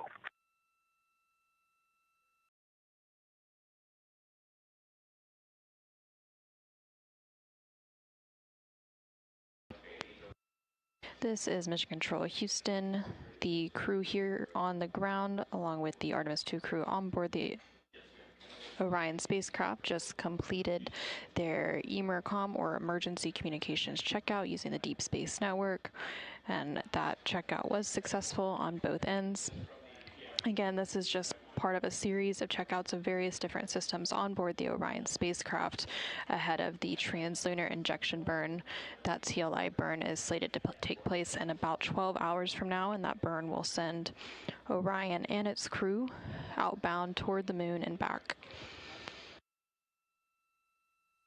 Now that the emergency communications checkout is complete, the crew will deconfigure that setup, and then they will step into their pre-sleep period before going to sleep for about 4 more hours. Again, their sleep period today was split into 2 4-hour blocks due to the perigee raise burn. Reed, we have you loud and clear on 1. How many?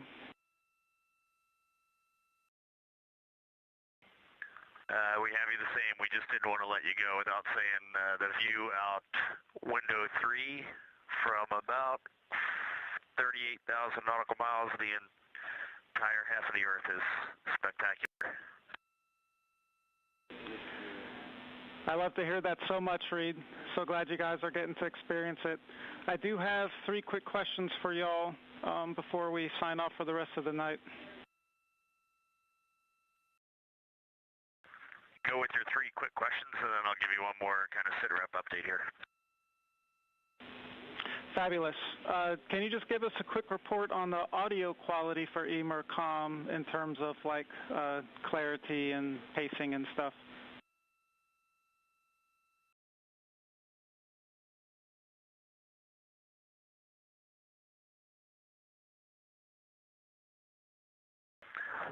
It was crystal clear, maybe a little lower volume, but that might have been my fault because I didn't have the volume all the way up on the F7 emercom panel, but it was outstanding. All right, excellent. Great to hear, Reed.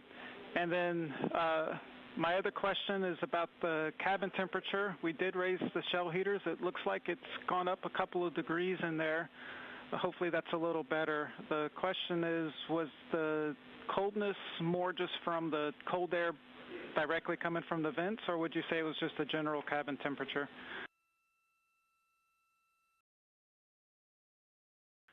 I'd say it is both. The general cabin temperature is low, and then the spacecraft over by the toilet and the side hatch is noticeably colder than the side over by the PWD and the food warmer.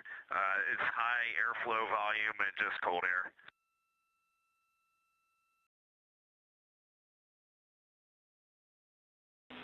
All right, Reed, thanks for the report. And my last one is actually more of a comment than a question. I know we were having a little trouble with the handheld mics and y'all's volume coming down to us. Just wanted to be clear how the mic is set up. It sort of has a front and a back. They look the same, but the microphone side, just under the top of the mic, will have a little black raised nub that you can feel and maybe particularly see. That is the microphone side of the mic. You flip it over 180, it looks the same, but that is the noise canceling side of the mic. So just ensure that you're talking into that side for that.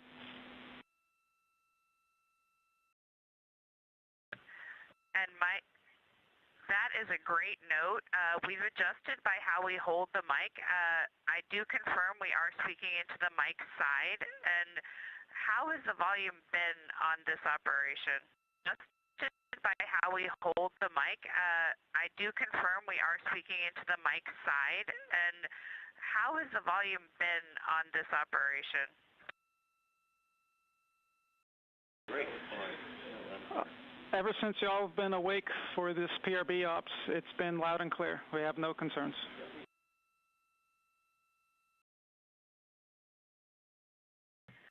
That's great. We'll keep with how we're holding it. Speaking of the temperatures, we are going to retrieve our crew suitcases so we can get long sleeves on. We have been using the ones that we have out so far. We're into one of the E lockers. Can you let us know where all of the crew suitcases are? All they say on ours are D and E, and we're wondering if we should open both sides or not. All right, we're checking.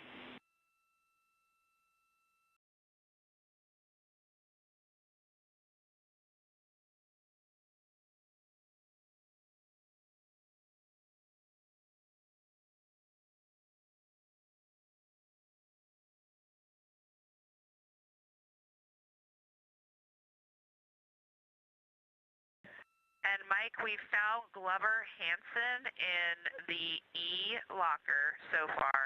So I'm guessing we are going to have to get into D, but let us know. Perhaps it's just on the other side of E.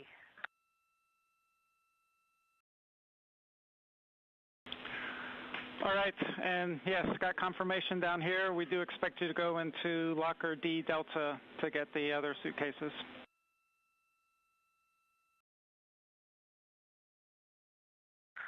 Okay, we copy that, Mike. And if you have maybe 2 minutes, I'd like to just talk about some photography operations that might feed into the science team. We do have those 2 minutes, Reed. Let's go. We're noticing on the GoPros, on video in particular, it's very hard to get the gains to come down. Everything is just very white, bright, and washed out. The iPhones, you have to manually go in and bring the gain down, and even at that, it's very difficult. It's like walking out back at your house and trying to take a picture of the moon. That's what it feels like right now, trying to take a picture of Earth. On the D5 with the window shroud and window 3, D5, long lens, window shroud on window 3. Very easy to maneuver. We're using a 3-frame bracket, and we're getting some outstanding pictures of the Earth. They seem to be pretty crisp, even at 400 millimeters.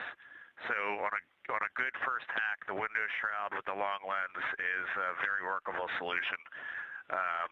But the more modern cameras are definitely having trouble gaining themselves down. Maybe there's some ideas that can be come up with in the next day or two to help us out on that. That's it.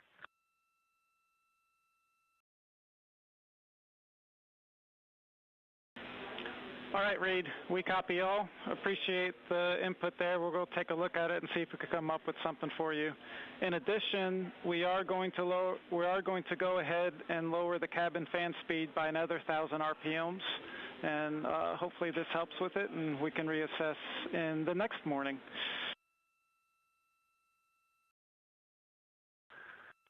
Okay, that sounds good. Can you look, do you have the either the ISS track or do you have the world map up in there? And can you tell me, the sun is set just west of a continent. I can't tell what continent it is, whether it's South America or Africa.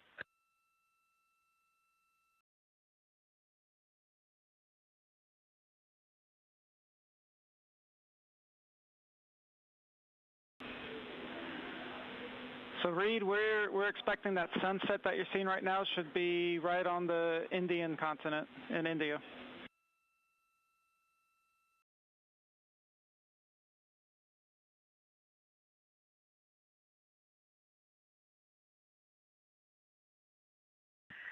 Yeah, I just wanted to describe for you guys the beauty that we're seeing. You can actually make out the coastline of the continent. You can make out rivers because of the sun glare. You can see high thunderclouds, and all the while you can see the entire terminator, and you can see the South Pole lit up. It's just phenomenal.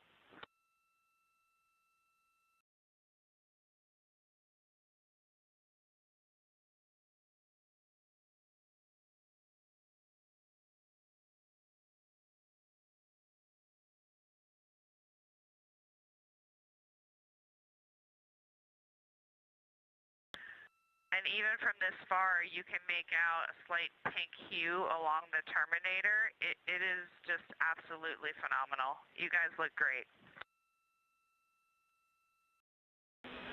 All right, thanks, Christina. Glad it's looking great for you all.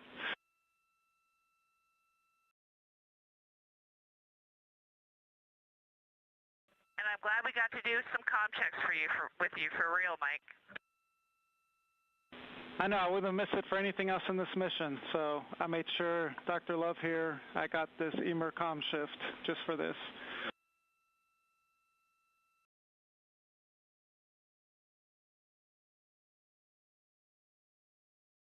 This is Mission Control Houston. We just heard quite a bit of communication there between NASA astronaut Christina Cook, currently on board the Orion spacecraft as part of NASA's Artemis 2 mission. Overnight support there. We really appreciate it. It's been a good first. Well, it's been 2 orbits of Earth, I guess, and this one's just got a 38,000 mile apogee. We're going to pick up in 26-1-100 pre-sleep checklist, and then we're going to dim the cabin down and get some rest. Thanks for your support. Yes, great PRB day. Excellent flight day 1, y'all. Get some good rest, and we'll be in touch in a couple hours. All right, sounds good. Cheers.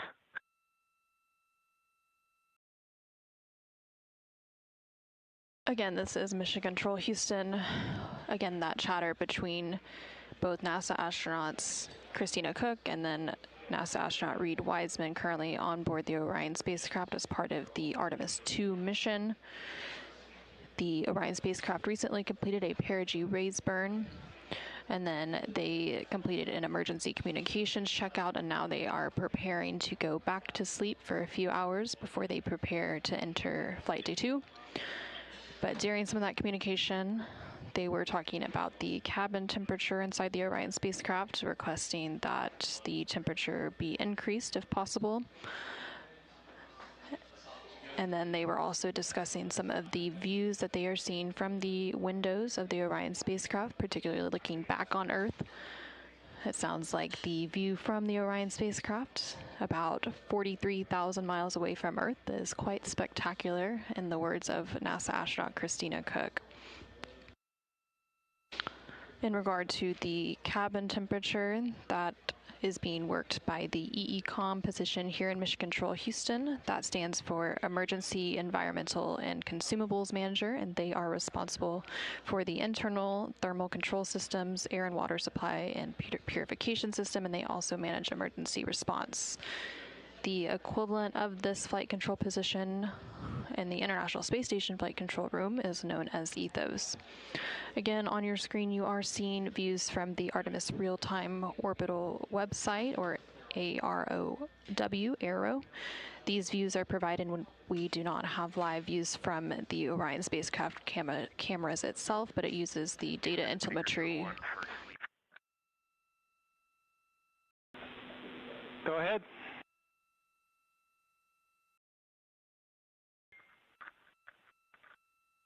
Hey, Mike, I just commanded the ARS state to sleep.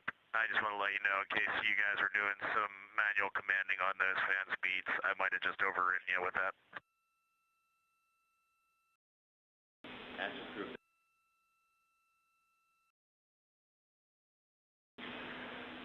No, Reed, we were anticipating you setting the ARS to sleep, so it did not affect the fan. And one last question for you. Is there anything that you want to report to the AMMT before you'll go to bed?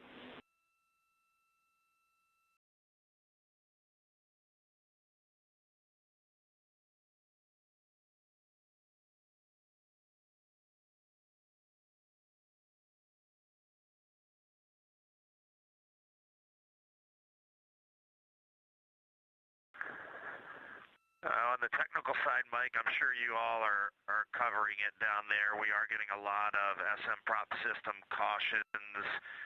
We also see on string 2, the string 1 and string 2, some cyan data on the oxidizer pressure, and for a little while overnight I saw the same on the fuel pressure on string 2, manifold 2. Right now, manifold 4 fuel pressure is missing. So we are just seeing some nuances there. That's interesting. We've gotten those CMUS 300 cautions, but I think those are just due to the wrong settings in the system. And other than that, we got a few things.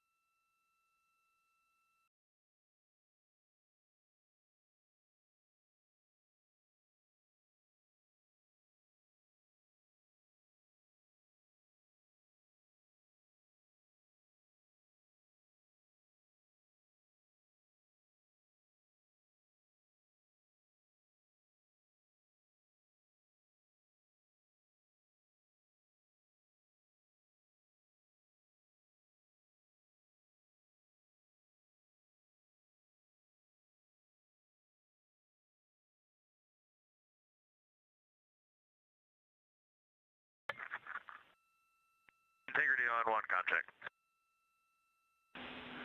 Reed, got you loud and clear. Sorry about that. We were just going through a data rate change. Snuck up on us. I copied all the way. You were talking about the cautions, and then I said, other than that, we've got a few things, and then that's where you cut off.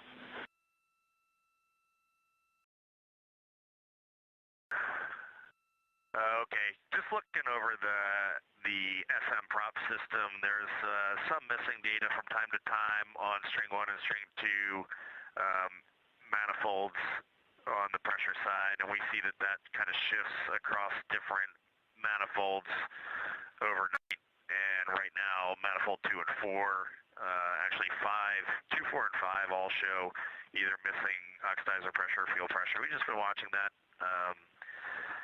And then cabin temperature is probably the biggest one impacting crew habitability right now. And but honestly, a few other things we would talk to Jeff about on ascent and just some post-MECO items, but none that would be a lean against the AMMT.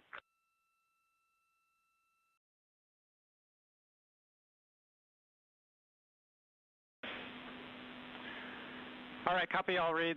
And for the cyan that you're seeing on the manifolds, it is tied to these cautions that come up. And so this is why you can see 2, 4, and 5 are cyan, because we've got cautions and alarm with 2, 4, and 5. The data changes a bit when the cautions come in. So we're working on that to get that changed. All right, Mike, sounds great.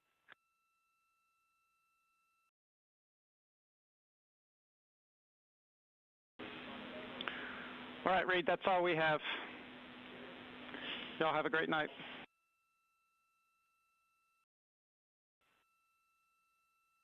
You as well. Good night, Earth.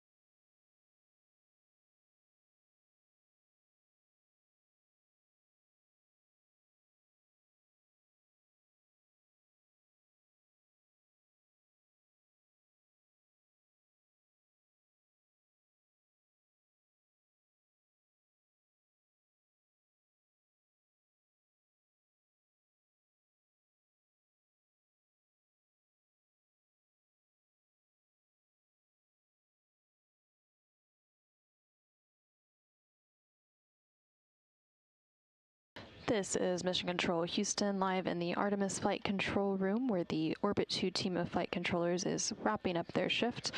Their oncoming counterparts for the Orbit 3 team of flight controllers recently joined them on console to complete a brief handover period before that Orbit 3 team takes charge for the next several hours. The crew on board the Orion spacecraft is currently in a pre-sleep period as they are preparing to go back to sleep for about 4 hours to continue their sleep period that had been split in two ahead of the perigee raise burn operations that were completed a little bit ago. Again, that perigee raise burn adjusted Orion's perigee, or the lowest point of its orbit, into the correct orbital geometry to set it up for its translunar injection, or TLI burn, which is planned for flight day 2. That perigee raise burn was about 43 seconds long. The Artemis 2 crew inside the Orion spacecraft is comprised of NASA astronauts Reed Wiseman, Victor Glover, Christina Cook, and Canadian Space Agency, or CSA, astronaut Jeremy Hansen. They launched atop a Space Launch System rocket inside the Orion spacecraft named Integrity on Wednesday, April 1st at 5:35 p.m. Central, 6:35 p.m. Eastern Time from NASA's Kennedy Space Center in Florida. Again, that launch took place about 14 hours and 20 minutes ago. And since that time, the crew has since been placed in a high Earth orbit where they will remain until that translunar injection burn takes place on flight day 2. About 3 hours into the mission, the crew then completed their proximity operations demonstration. That Prox Ops demo tested Orion's handling systems, which will be used on future missions as Orion will dock with other spacecraft. And so through the proximity operations demonstration, they used the interim cryogenic propulsion stage, or ICPS, as a docking target. So it separated from Orion, and then the crew practiced flying their spacecraft toward and around it as part of that demonstration. And then after that demonstration was complete, the ICPS fired its engines for a disposal burn, and Orion continued on in its high Earth orbit. The crew then had the first part of their sleep period, lasting about 4 hours, again, before they were woken up to complete that perigee raise burn. And with that, and with the Orbit 3 team of flight controllers now coming on console to begin their shift, I will be handing over our live continuous coverage of the Artemis 2 mission to my colleague Nilofer Ramji, who will continue providing updates of Orion and its crew over the next several hours as we continue the Artemis 2 mission. And with that, this is Mission Control Houston.